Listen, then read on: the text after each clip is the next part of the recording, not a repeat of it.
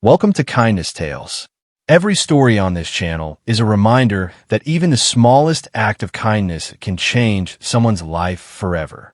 Today's heartwarming story begins with a father, a sick little boy, and one simple question that no parent ever wants to ask. Stay with us until the very end, because this unforgettable journey proves that compassion can create miracles when hope seems lost. It was a cold winter evening. Snow drifted gently onto the sidewalks as people hurried into a small neighborhood soup cafe to escape the freezing wind.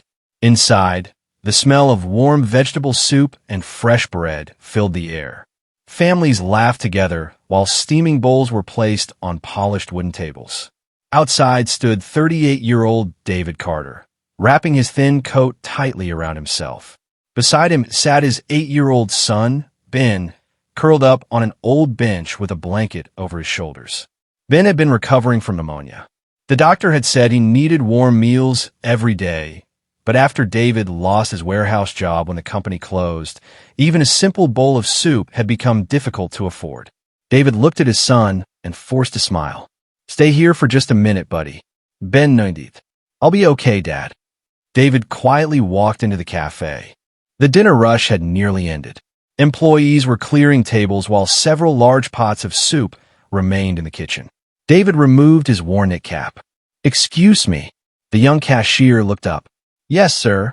David spoke softly. "I was wondering, do you have any leftover soup for my son? Even if it's the soup you're planning to throw away. He's been sick, and I just wanted to have something warm tonight." The cafe grew unusually quiet. Several customers looked over. The cashier hesitated before calling the manager. The manager walked over and listened. "I'm sorry," he said politely. "We aren't allowed to give away leftover food." David lowered his head. "I understand." He gave a small smile. "Thank you for listening." As he turned toward the door, Ben peeked inside through the window and waved. "It's okay, Dad," he called cheerfully. "I'm not very hungry anyway." His tiny voice echoed through the cafe. Sitting in the corner during a business meeting was millionaire investor Jonathan Reed. He stopped stirring his coffee.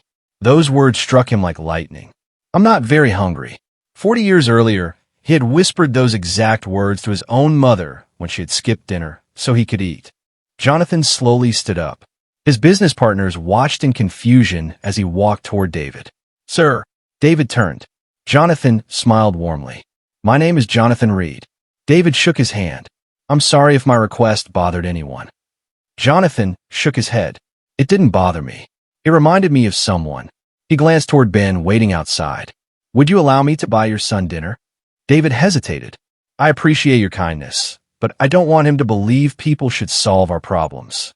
Jonathan nodded respectfully. "I admire that." He paused. "Then let me ask you something. What kind of work did you do before?" "I managed inventory at a warehouse for 12 years. Jonathan smiled. "I owned several food distribution centers." David looked surprised. "We're looking for someone honest to supervise inventory." David blinked. "You'd hire someone you just met?" Jonathan answered quietly. "I've spent my life learning how to read resumes." He smiled. "But tonight, I learned how to read character." The next morning, David arrived before sunrise. He worked with dedication, treated every employee with respect, and quickly earned the trust of everyone around him. Within months, he became warehouse supervisor. A year later, Jonathan promoted him to regional operations manager after David introduced a system that dramatically reduced food waste. Instead of throwing away perfectly good meals, the company partnered with local shelters, hospitals, and community kitchens.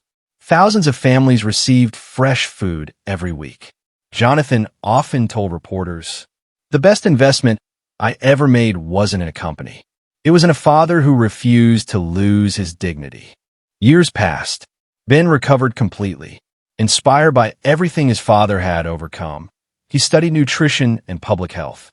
After graduating, he started a nonprofit that delivered healthy homemade soup to sick children whose families couldn't afford proper meals.